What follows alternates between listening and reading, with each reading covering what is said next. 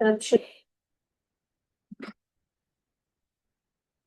नीलाचल निवासाय नित्यं परमात्मने बलभद्र सुभद्राभ्यां जगन्नाथाय ते नमः। तो श्री जगन्नाथ जो स्वयं कृष्ण है, वे अलग नहीं है। इस कलयुग में इस धराधाम पर भगवान कृष्ण अभी भी आज भी उपस्थित है,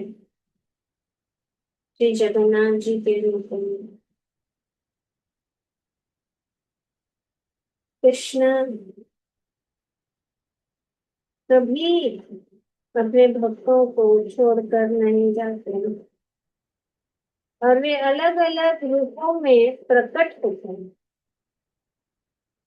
गौड़िया वैष्णव सिद्धांत के अनुसार कृष्ण अभी अपने भक्तों को वे कभी भी अपने भक्तों को छोड़कर नहीं जाते। द्वापर युग की लीलाओं के बाद भी वे कलयुग में विशेष रूप से उपस्थित रहते हैं और उन्हीं में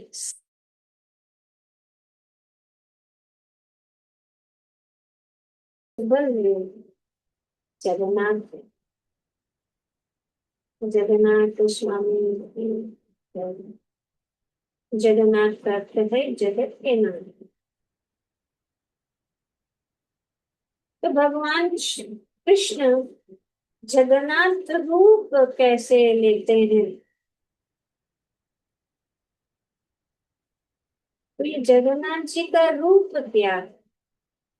ये जगन्नाथ जी का ये बहुत ही जो सुंदर रूप है वो है महाभाव प्रकाश। वृंदावन के भक्तों का प्रेम कार्य, विशेषकर राधा और गोपियों का प्रेम के कारण भगवान जो ये श्री जगन्नाथ जी के रूप में प्रकट विरह और वियोग की तीव्र भावना जो है इस रूप में हम पाते हैं। तो ये रूप कैसे भगवान में प्रकट है? जब भगवान वृंदावन से मथुरा और मथुरा से द्वारका गए और वहां पे वे द्वारकाधीश के रूप में उपस्थित थे। वे राजा थे, उनकी 16,108 रानियां थी जो एक से बढ़कर एक सुंदर थी और भगवान की सेवा बहुत अच्छी तरह से प्रेममय भाव से कर रही थी। ऐसा कोई बात ही नहीं था कि भगवान उनसे अप्रसन्न हो। पर एक बात थी जो उनके समझ में नहीं आ रहा था। सभी जितने भी भगवान की रानियां थी उनको ये समझ में नहीं आ रहा था कि इतनी अच्छी तरह से वे भगवान की सेवा कर रहे, लेकिन भगवान जो हर दिन रात को दुखी होकर रोते, वे अश्रु पे अश्रु दिखाते थे। और जो रानियां उनकी चुनरियों को उनके अश्रु पोंछ पोंछ के भीग जाते हैं।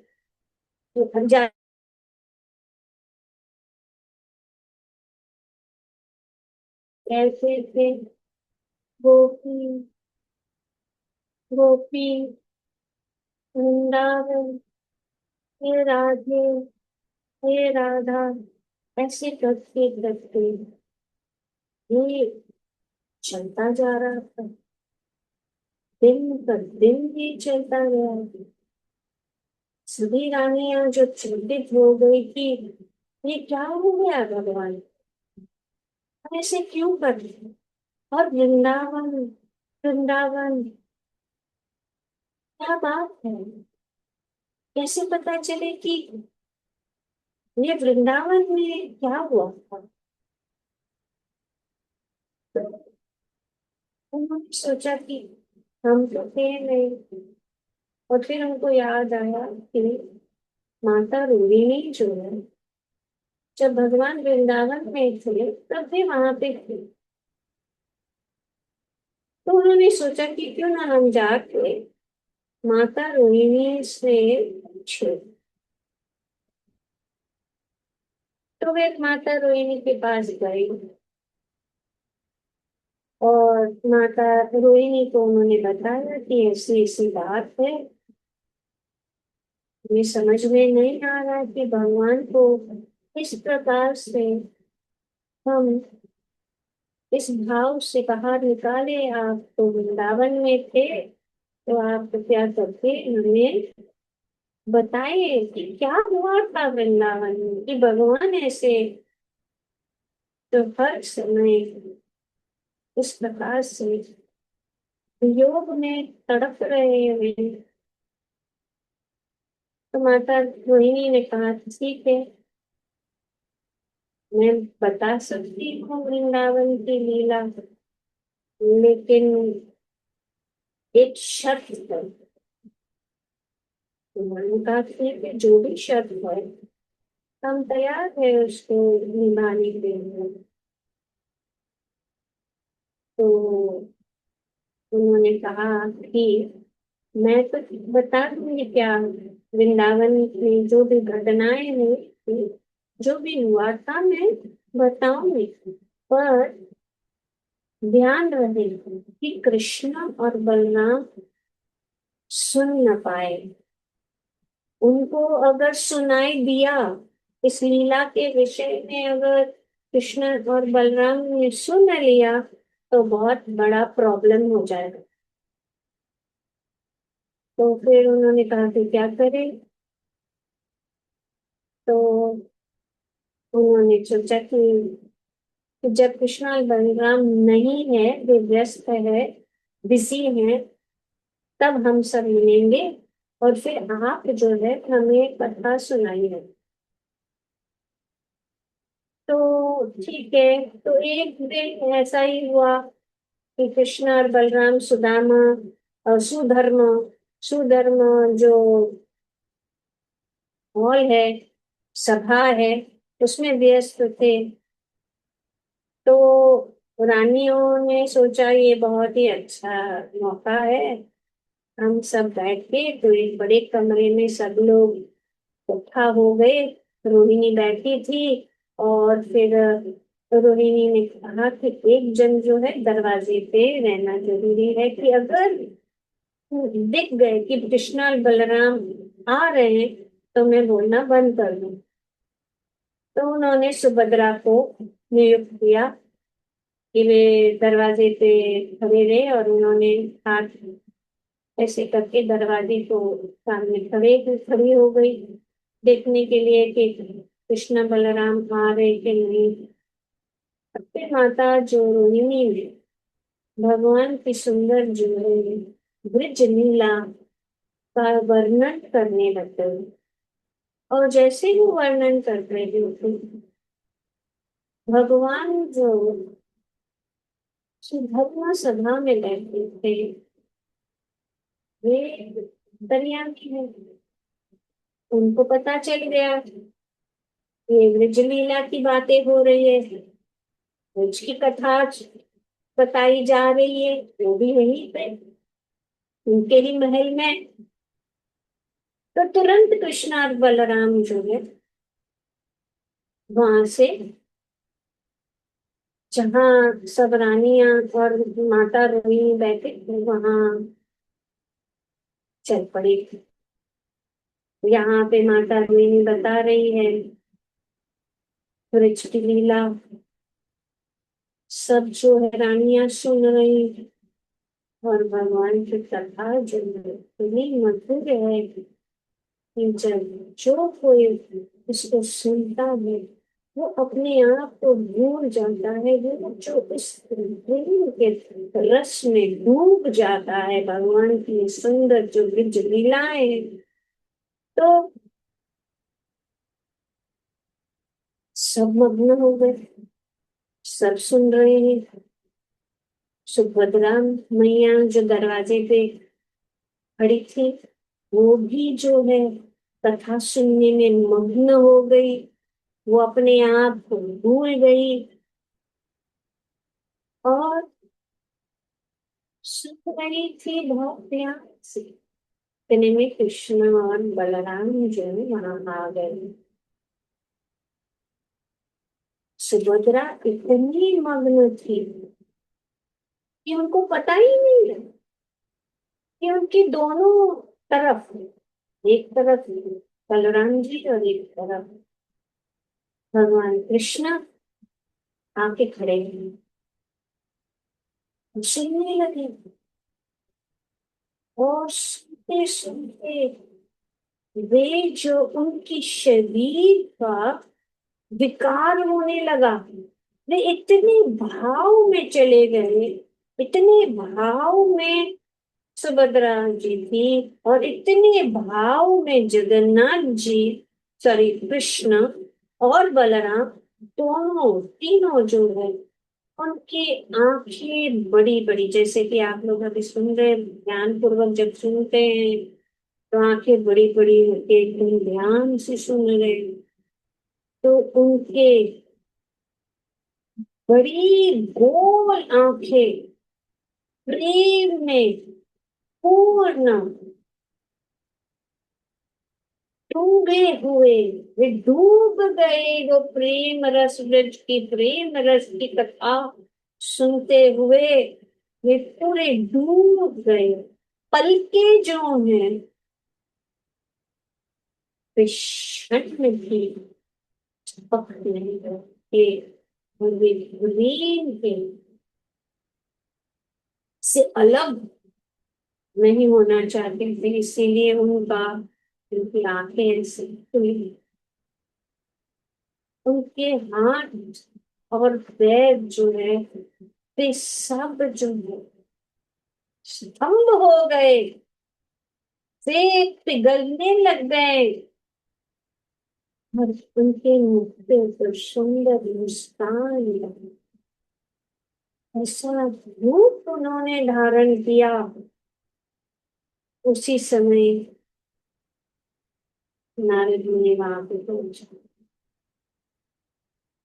जैसे ही नारद मुनि आए तो भगवान कृष्ण, बलराम और सुभद्रा ने अपने भाव, सुंदर भाव रूप से बाहर आ गए, और नारद मुनि नाचते हुए चिल्लाने लगे, मैंने देख लिया, मैंने देख लिया, ये आपका जो सुंदर रूप जो आपने प्रकट किया है, आपने इतने अनेक अनेक प्रकार के रूप आपने लिए हैं, लेकिन ऐसा भव्य रूप जो है हमने कभी नहीं देखा। इसीलिए मैं आपसे विनम्र प्रार्थना करता हूँ कि आप इस सुंदर रूप को, जो सबसे दिव्य रूप है, सबसे शुभ रूप है, आप उनको प्रकट कीजिए और सभी लोगों को इस रूप का आप दर्शन दीजिए, और सभी लोगों को आप अपनी जो है कृपा और ये सुंदर महाभाव प्रकाश रूप को सबको दर्शन लेकर आप प्रकट हो जाइए। और भगवान ने नारद मुनि की इच्छा पूर्ण करने के लिए वही रूप जो जगन्नाथ बलदेव सुभद्रा जो नारद मुनि ने देखा वही रूप वे जो है जगन्नाथपुरी में जो पुरुषोत्तम क्षेत्र है वहां पे वो प्रकट है। ये भगवान का बहुत ही दिव्य रूप है, कृपामय रूप है। तो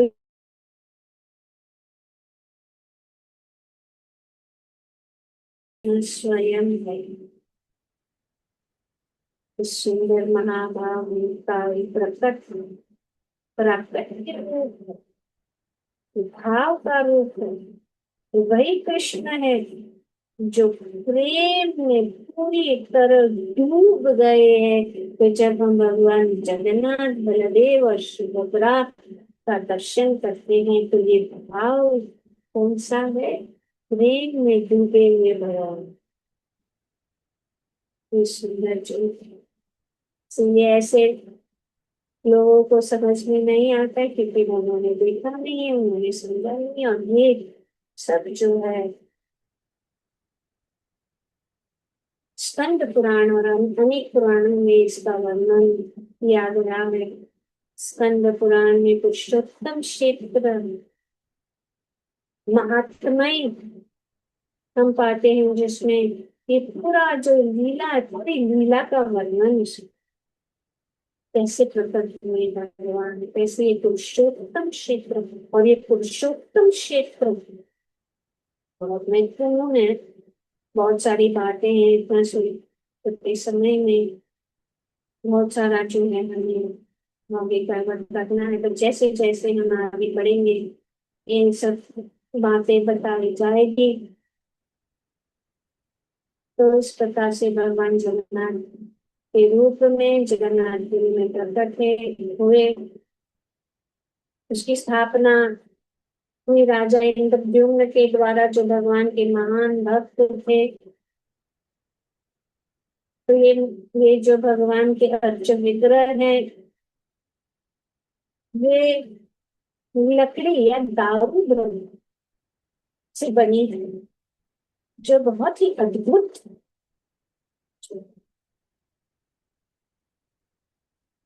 तो बात ये है कि कृष्ण सीमित नहीं है,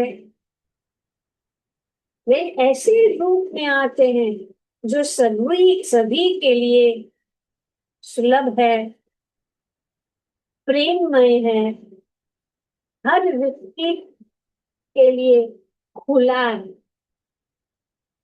तो कलयुग में भगवान श्री कृष्ण जगन्नाथ जी भगवान सबसे करुणामय रूप में इस कलयुग में जगन्नाथ के रूप में उपस्थित है।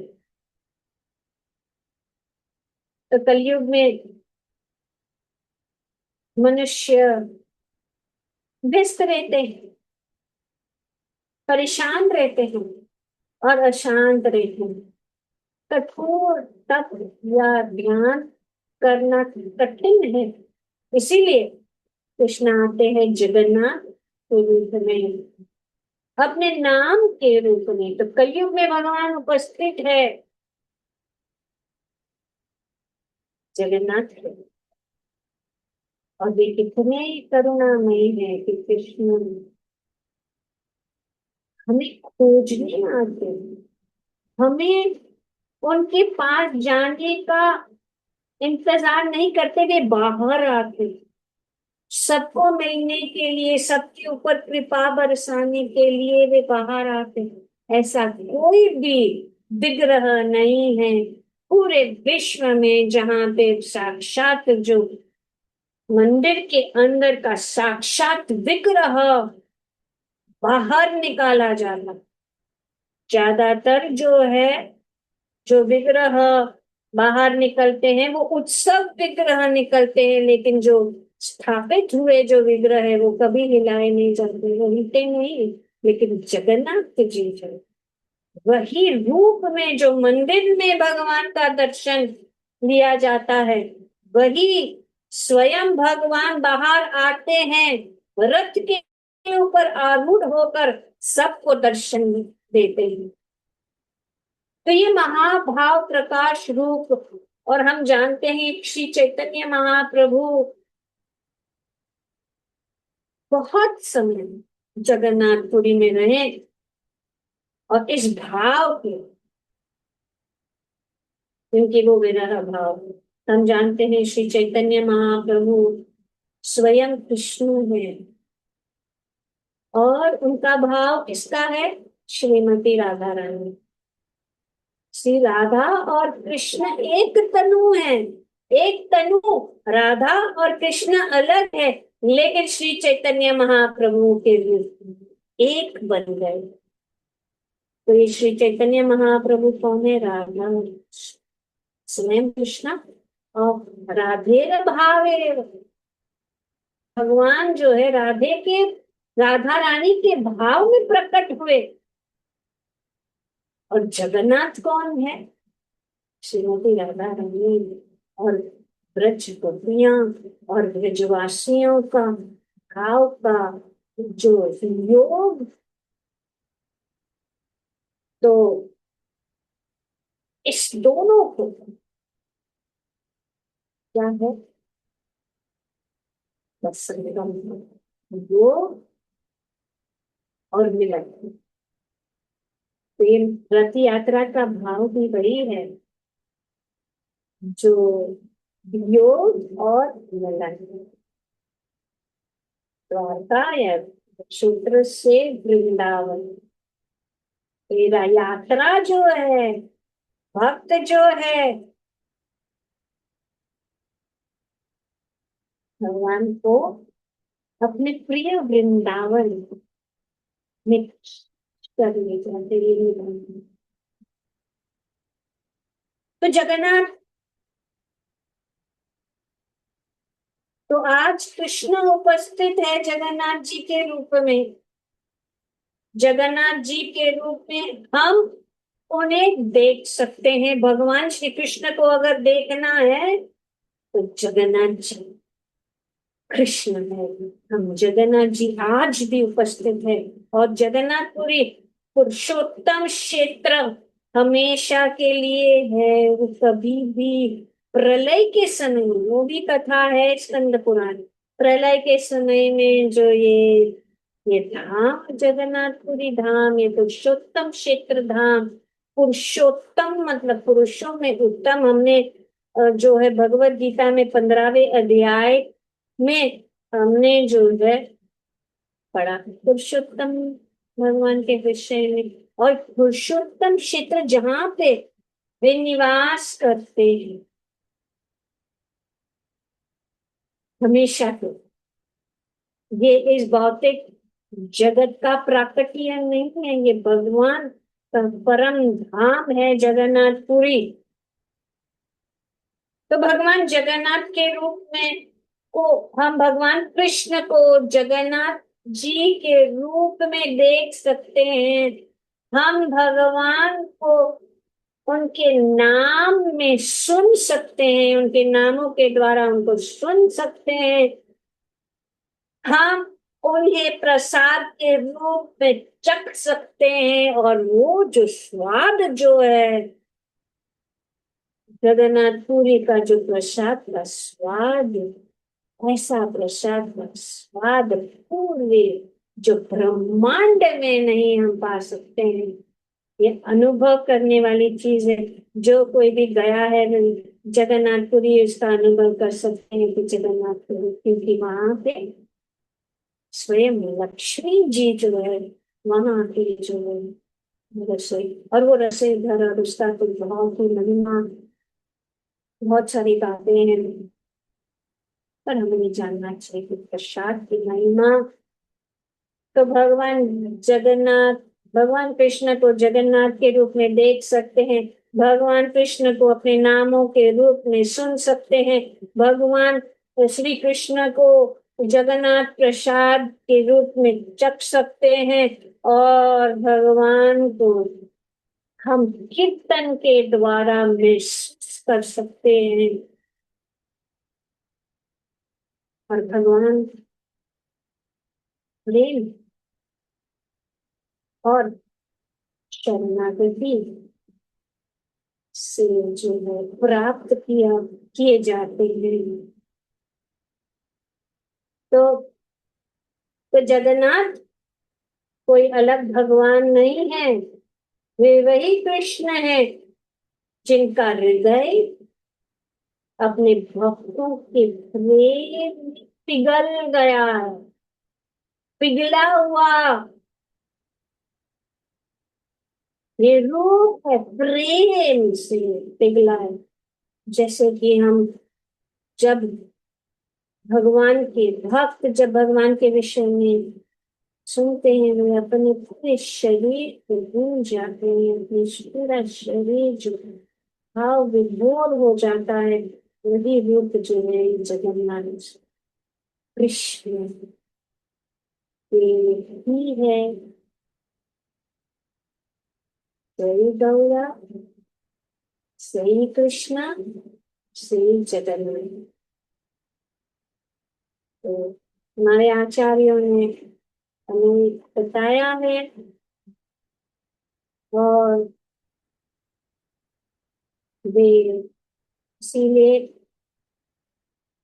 नीलाचल निवासाय नित्याय परमात्मने बलभद्र सुभद्राभ्याम जगन्नाथाय ते नमः कहते हैं। तो नीलाचल जगन्नाथपुरी में निवास करते हैं, जो नित्य शाश्वत और परमात्मा स्वरूप है, जो बलभद्र और सुभद्रा जी के साथ विराजमान है।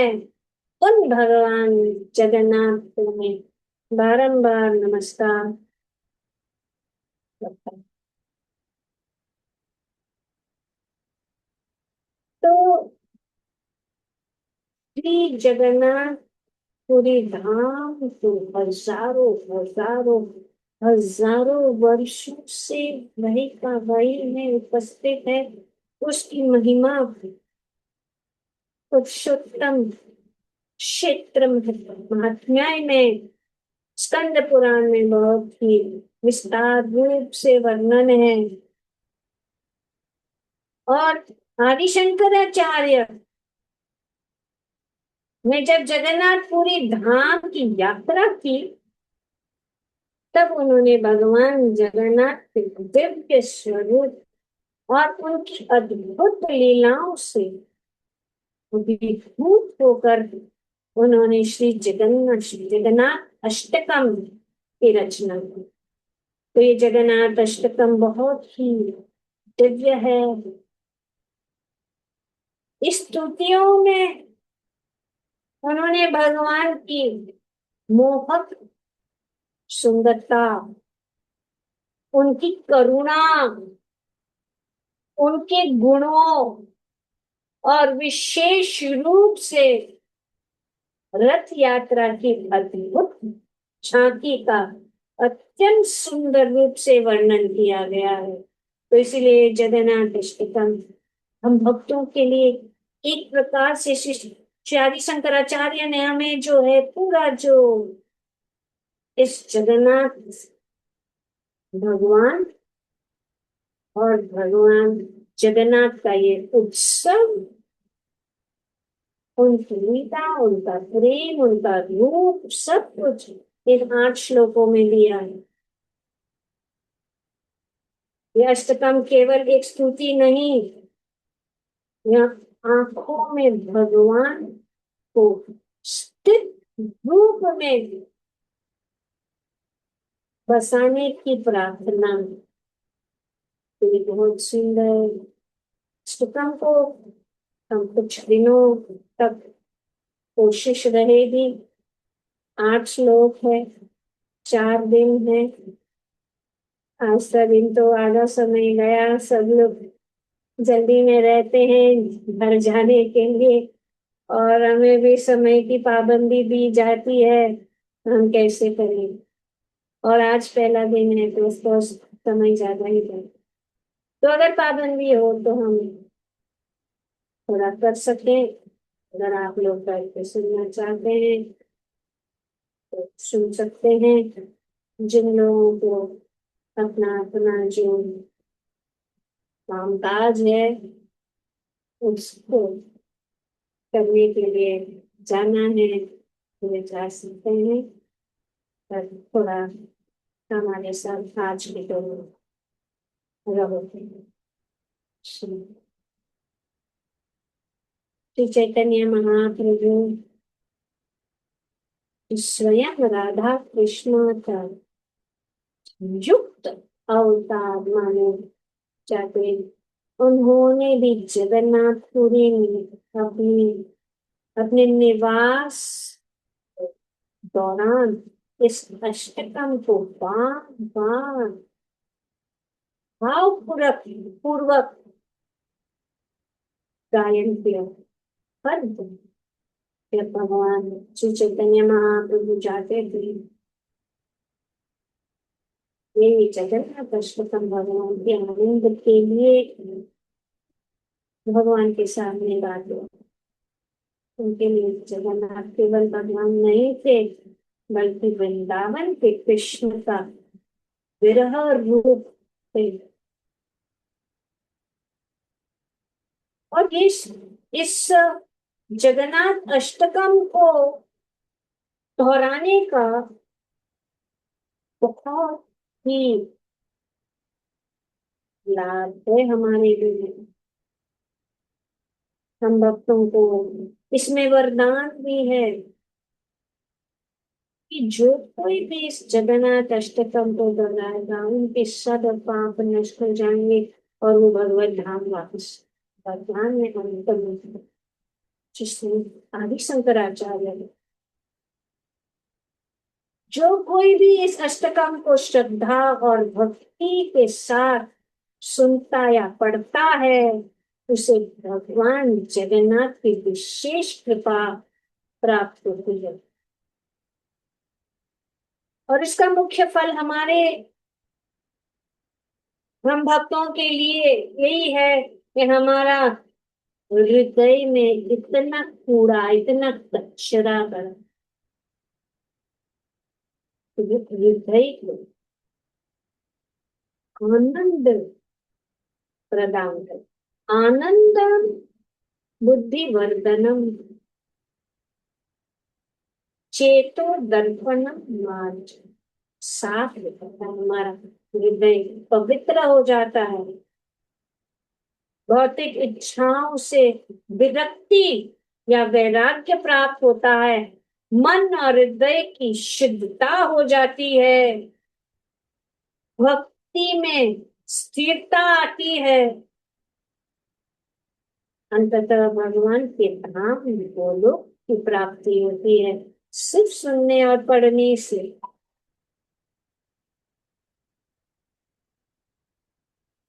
तो इस अष्टकम को केवल भगवान के दर्शन नहीं कराता, बल्कि हमें आनंद अंदर से भगवान के लिए प्रेम जागृत करता है। और ये बहुत ही कठिन बात है, हृदय में भगवान के प्रति प्रेम जागृत होना ये आसान नहीं है, क्योंकि हमारे हृदय में हमने बहुत चीजों के बीच में बांट दिया है, हमारा प्रेम बटा हुआ है। पर भगवान कहते हैं एक है गुरु नंदन, तो हम इस जगन्नाथ अष्टकम को थोड़ा गा लेते हैं, तो समझ लेते हैं, और फिर एक एक श्लोक पर जो सुंदर जो उनका वर्णन है का महत्व है, तो हम समझने की कोशिश। बोलो श्री जगन्नाथ पुस्तकम की कदाचित्कानि ततवितेन सन्निध तरलो मुदाबिदिनानि वदन कमलस्फात मधुपः रमा शम्भु ब्रह्मा अमरपति गणेश चितोपदो जगन्नाथ स्वामी नयन पतगा भवतु मुझे सव्यवेन शिरसि सिद्धि पृच्छ कटिपते कुकुलं निद्रान्ते सहचरकटाक्ष च विदधते सदा श्रीमद्वृन्दावनवसति लीला परिचयो जगन्नाथ स्वामी नयन पतगामि भवतु महामोदे स्थिररुचिरे नीलशिखरे वसन्तसदन्त सहज बलभद्रेण बलिना सुभद्रामध्यस्थ सकलसूर सेवावसरदो जगन्नाथ स्वामी नयन पतगामि भवतु कृपा पारवार सजल जलदश्रेणी रुचिरो रामावाणि राम स्फुरद आमल पंखिरुमुख सुरेन्द्रेराराध्य श्रुतिगण शिखागीत चरितो जगन्नाथ स्वामी नयन पतगामि भवतु रथारूढ़ गट्टन्पतिमीलित भूदेव पतले स्तुति प्रादुर्भावं प्रतिपदामुपकर्ण्य सदयः दया सिन्धुर्बन्धु सकल जगतां सिन्धु सुतया जगन्नाथ स्वामी नयन पतगामि भवतु परं ब्रह्म पीडतु वलयदलोत्फुल्ल नयनो निवासी नीलाद्रो निहितचरणो शिरसि रसानन्दिराधा सरसवपुरालिङ्गन सुखो जगन्नाथ स्वामी नयन पतगामि भवतु न वैयाचि राज्यं न च कानकमाल्यविभवम् न याचेऽहं रम्यं सकलजनकाम्यं वरवधूं सदा काले काले प्रमथ प्रतिनागीत चरितो जगन्नाथ स्वामी नयन पतगामि भव अरत्वं संसारामृततारम् असारं सुरपते हरात्मं पापानामेततिं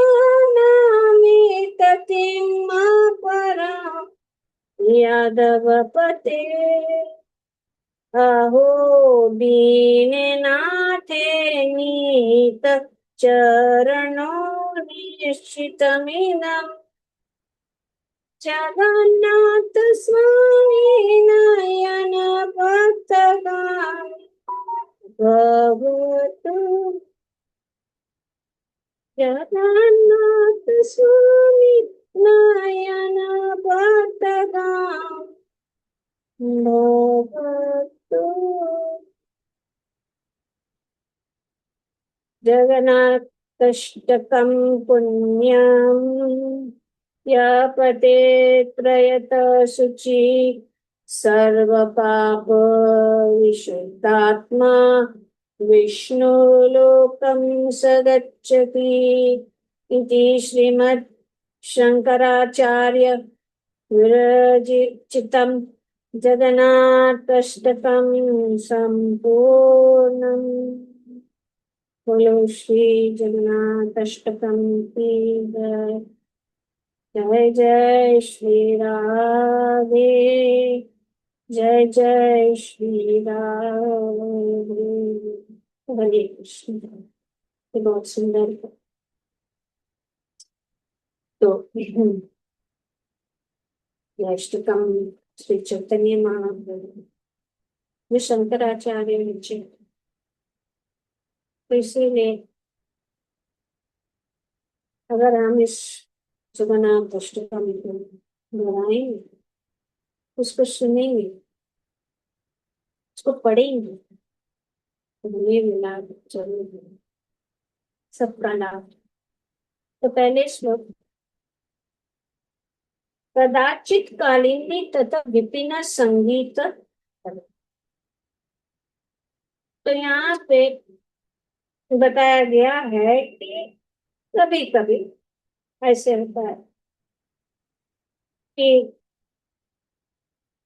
श्री जगन्नाथ जी जो स्वयं कृष्ण ही है, यहाँ पे ये सिद्ध हो रहा है, कदाचित कालिंदी विपिन संगीत तरल। इसका अर्थ यह है कि कभी कभी कालिंदी यमुना नदी है, उसका नाम है यमुना जी का कालिंदी है, कि जो कभी यमुना के तट पर वृंदावन में बांसुरी बजाई, संगीत। तो वे कौन सा संगीत करते हैं? वे बांसुरी बांसुरी बजाते हैं। जो गोपियों के कमल जैसे मुखों का रस लेने वाले भौरे के समान है। तो भगवान श्री कृष्ण ऐसा भौरा है, वो संगीत करते हैं। वे बांसुरी बजाकर जो है उन गोपियों को मोहित करते हैं। वो ऐसे भगवान, वो ऐसे मत सोचो कि भगवान जो है इस प्रकार से जो उनकी लीला है, गोपियों के साथ जो लीला है, जो गोपियों के साथ का जो प्रेम रस है, वो उत्तम कोटि का सर्वोच्च जो है प्रेम का जो है शिखर है। तो इसीलिए यहाँ पे श्री शंकराचार्य कह रहे हैं कि जो कभी यमुना के तट पर वृंदावन में बांसुरी बजाते हैं, जो गोपियों के कमल जैसे मुखों का रस लेने वाले भौरे के समान है भगवान, और जिसके चरण कमलों की पूजा सभी देवता करते हैं, तो कदाचित कालिंदी तत विपिन संगीत तरलो मुदाबीरी नारी वदन कमल स्वाद मधुप।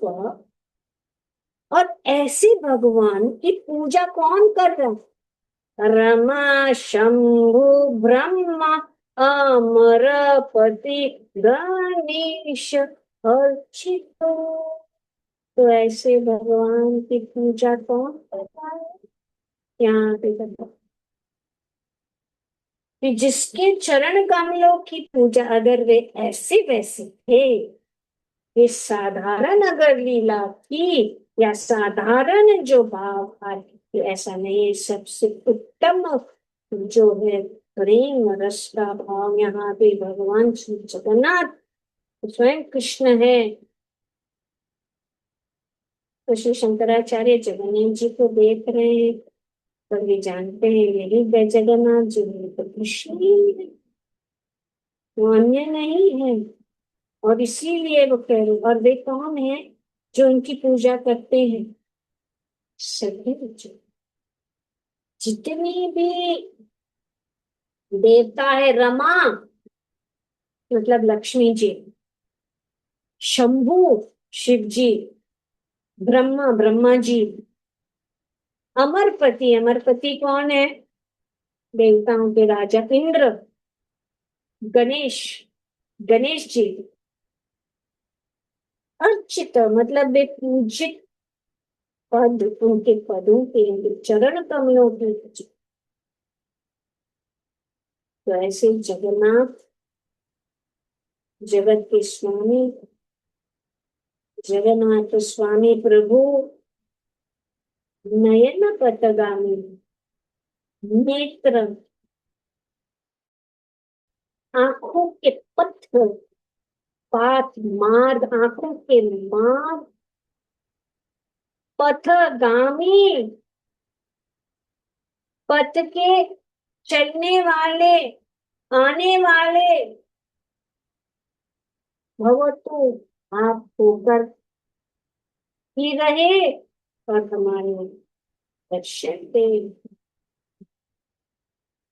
तो जगन्नाथ सदा मेरे आंखों के सामने रहे, जगन्नाथ स्वामी नयन पथगामी भव। बहुत सुंदर रूप से यहाँ पे शंकराचार्य देख रहे हैं। जय गौरव, श्री कृष्ण, श्री जगन्नाथ, सभी गौरांग महाप्रभु कृष्ण है, कृष्ण कृष्ण है, जगन्नाथ भी कृष्ण है। तो ये कालिंदी के तट पर इस प्रकार से सुंदर लीला कर रहे हैं, सुंदर संगीत कर रहे हैं। विपिन विपिन कालिंदी, विपिन मतलब वन में, वृंदावन में कालिंदी के तट पर स्थित यह वन है वृंदावन। पद्म पुराण में अनेक शास्त्र में बताए गए हैं कि भगवान हर दिन ब्रज में 12 वन है, ब्रजमंडल परिक्रमा करते हैं, तो इस सभी 12 वनों से गुजरते परिक्रमा होती है। और हर हर दिन अनेक अनेक वन में भगवान जाते हैं और वहां अनेक अनेक लीलाएं करते रहते हैं। पूर्व दिशा में मधुवन, तालवन, कुमुदवन, काम्यवन, बहुलावन, वृंदावन और खंडीरवन, सब वनों का स्मरण है। क्योंकि अगर हम वृक्ष भाव में हैं, अगर हम अपने आप को इस भौतिक जगत से उस धाम तक हमें अपने आप को ले जाना है, तो हमें इन सब चीजों की कहाँ क्या जानना जरूरी है। इसीलिए हम वृंदावन हर साल जाते हैं, ताकि हमारा स्मरण रहे कि ब्रिज की गलियों में कहाँ कौन सी जगह है, तो हम जब भगवत धाम जाएंगे वापस, जैसे कि अमेरिका जाने के लिए हमें जानना है कि अमेरिका में न्यूयॉर्क सिटी कहाँ पे है, शिकागो कहाँ पे है, हाँ, और न्यू जर्सी कहाँ पे है।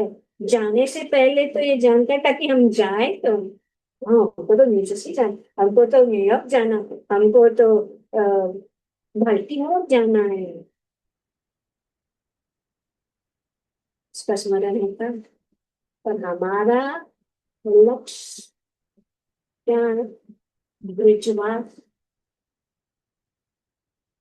तो ब्रिज की सब गली में ढूंढ ढूंढ के उनका स्मरण, ताकि अंत काल में इन सब बातें मन में आ जाए। और ये जो अनेक अनेक लीलाएं बहुत सुंदर रूप से यहाँ पे शंकराचार्य जी जो है कहते हैं ब्रिज का वास। तो ये 12 वन है। पश्चिम दिशा में महावन, भांडेर वन, लोहा वन, भद्र वन और देव वन। इस 12 भगवान श्री कृष्ण अनेक अनेक लीला उन्होंने की है। तो इसलिए वृंदावन, वृंदा देवी तुलसी का वन है। वृंदा देवी तुलसी महारानी की कृपा से, श्री गोपीश्वर महादेव की कृपा से हम ब्रिज में प्रवेश कर सकते। वृंदावन, वृंदावनेश्वरी श्री राधा रानी, वृंदा देवी ने श्रीमती राधा रानी को उसका वन और उनको वृंदावनेश्वरी को स्थापित। तो ये सबसे प्रमुख वन और पवित्र वन ये वृंदावन। और उनमें श्री कृष्ण ने सर्वोच्च लीला जैसे कि रास लीला, और ये जो वृंदावन है भक्तों के हृदय का सर्वोच्च धाम। श्री कृष्ण कभी वृंदावन से एक कदम भी बाहर नहीं जाते। एक लंबी कथा है। भक्त सदैव वृंदावन तो अपने हृदय में धारण करते हैं। तो इस प्रकार से वे संगीत करते, बांसुरी बजाते। भक्ति रासमृत सिंधु में भगवान की अनेक अनेक प्रकार की बांसुरियों का वर्णन श्री रूप गोस्वामी ने किया। भगवान 3 प्रकार की बांसुरियां बजाते हैं।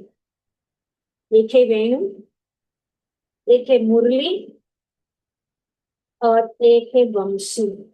एक जैसे नहीं, उसका पूरा डिटेल, उनका साइज, उनका किस को कैसे कितने छेद होते हैं, ये सब जो है डिटेल में श्री रूप गोस्वामी ने श्री भक्ति रासमृत सिंधु में वर्णन किया। और इसकी ध्वनि से अनेक अनेक ध्वनि जो, और वे गोपियां जो है आकर्षित होती है, उनका मन चंचल हो जाता है। मुदा, मुदा बीवी नारी, व्रज की गोपियां, विशेष करके श्रीमती राधा रानी, वदन कमल, कमल के समान उनके मुख है गोपियों के, और श्रीमती राधा रानी परम है। उनका आस्वादन करने के लिए, रस का आस्वादन करने के लिए इस प्रकार से भगवान लीला करते हैं, संगीत करते हैं, ताकि उनको आकर्षित करके मधुप हो। जिस प्रकार एक भौरा यहाँ पे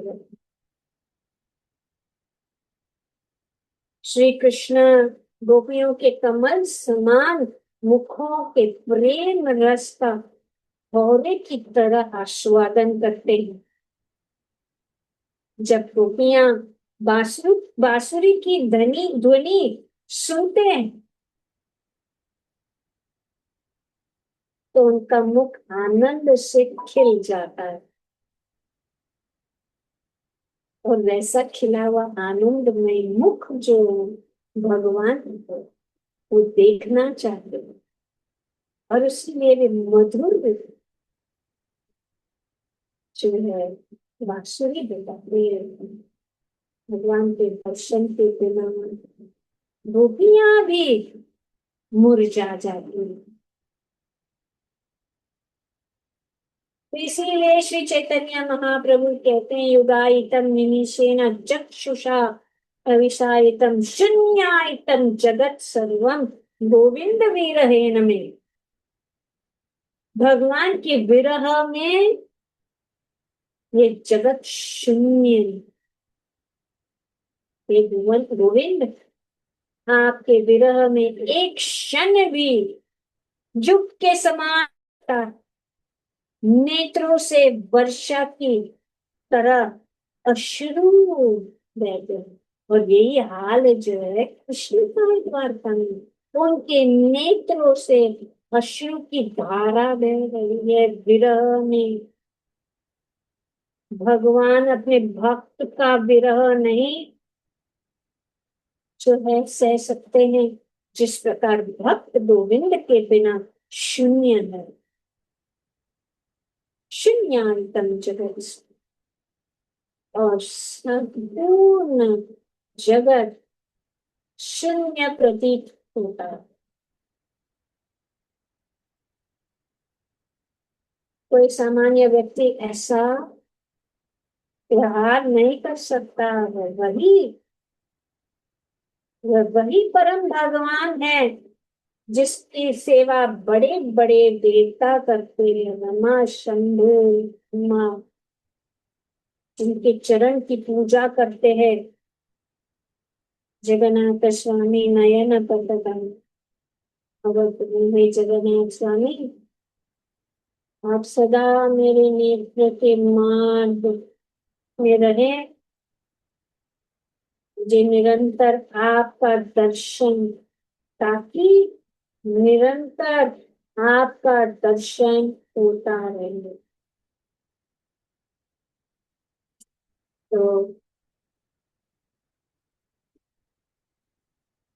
ये मैं जहां जहां मेरी दृष्टि जाए वहां वहां मुझे आप ही दिखाई दे। जगन्नाथ स्वामी नयन पथगम और क्या रखा है देखने लायक भक्तों के लिए, और कुछ भी। सिर्फ भगवान का सुंदर रूप, उनका सुंदर मुखमंडल का दर्शन ही सब कुछ है।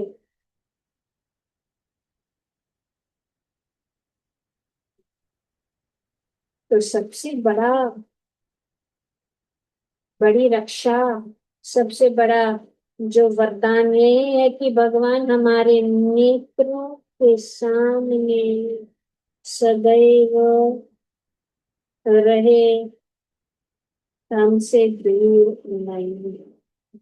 सदा चित कालिंदी तत विपिन संगीत तरती, उदाबुरी नारी मदन कन्या स्वाद मधुपह रमा शंभु ब्रह्मा अमरपति गणेश अच्युत जगन्नाथ स्वामी नयन पथगामी भवतु।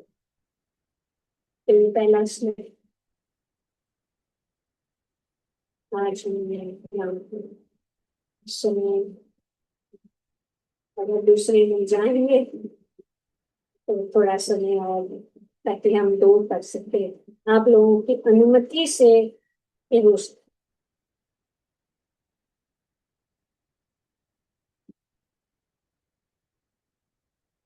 समय है तो करेंगे। बोलिए, नहीं तो यहाँ पे हम विश्राम करेंगे आज का इस हफ्ते में। Hare Krishna. Thank you very much. कल आगे दूसरा श्लोक करो। ठीक। Hare Krishna. Thank you very much. Jagannath Swami.